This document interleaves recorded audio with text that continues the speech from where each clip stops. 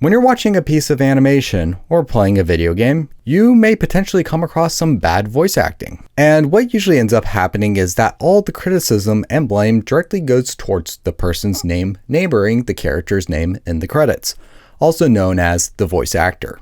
To use the Sonic series in particular, at the start of last decade, I used to think, man, this new voice is awful. However, as time went on and I've become more involved in more creative productions, I started to better understand the voiceover process. Nowadays, when I hear a stinky line come out of Sonic's mouth, what I think instead is, damn, Sonic's voice actor was done dirty on this one. With you sitting in a pile of busted robot parts wondering how you failed so badly. This is because I came to the realization that voiceover is actually a team effort. True, the voice actor is the one with the set of vocal cords that's emitting the audio, but speaking is only one step of a longer pipeline. A pipeline that if someone slacks off on any of the steps along the way, the final result suffers, regardless on how hard the voice actor tried on their part.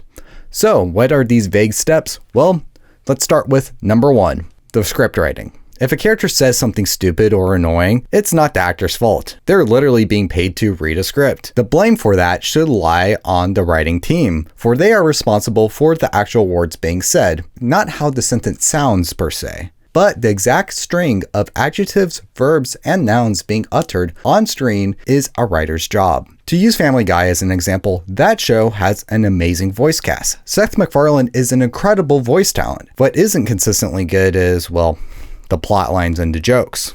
Now, in the cases where the actors do ad-lib a line, it's up to the direction and editing if that ad-libbed line is used in the final product or not, which segues into second point, the voice direction. Unlike live action, voice actors are rarely recording in the same space. They aren't able to go with the organic flow of conversation or directly react to another's emotion because they are functionally blind. They are in a booth interacting and reacting to somebody who isn't even there. The voice director, however, is present in all recording sessions, so they're the ones who function as the blind mice's guide dog and steer compatible performances out of the actors. Get a director who is really involved, and they can coach out a vocal performance that's greater than that individual actor's standard quality. Get a bad voice direction, however, and you get clunky, disjointed, and awkward compatibility between lines, which can lead to problems such as overacting and underacting. Bad voice direction can only be saved to a certain extent. At a certain point,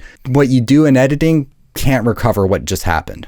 Which leads us to what can go wrong in point 3, the editing. Editors are unsung heroes given the profession is to seamlessly stitch together the pieces of a work in a way that is smooth and unnoticeable by the audience. When you're working with live action, there's actually a lot of ways in editing that you can manipulate to get exactly what you want to see on screen. In audio-only editing, the level of manipulation you have is even greater. From personal experience, on the projects I've worked on, I've spliced together 2 separate takes to make one perfect take a lot of times, or even manipulated the pauses between words to be either a half second longer or shorter just to get that perfect timing.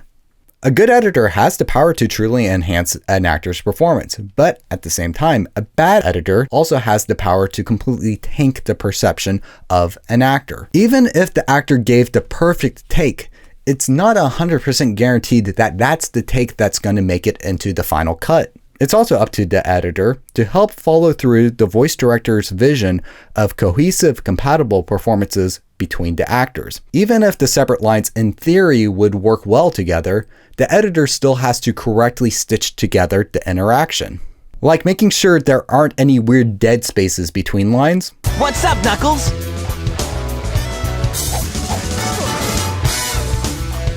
Something bugging you? No time for games, Sonic.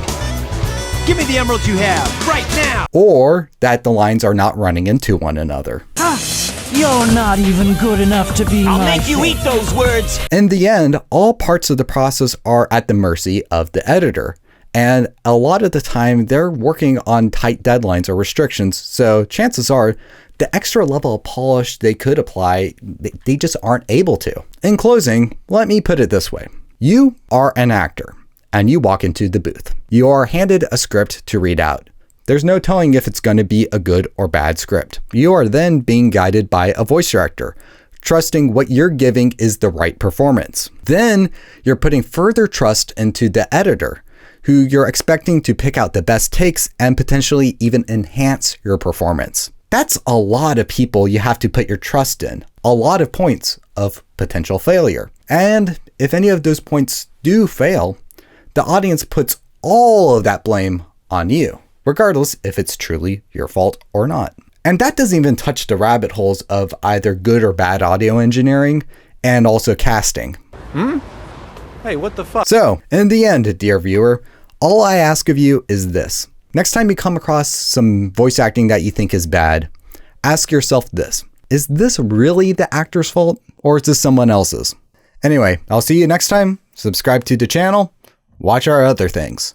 We make other things where they're good things.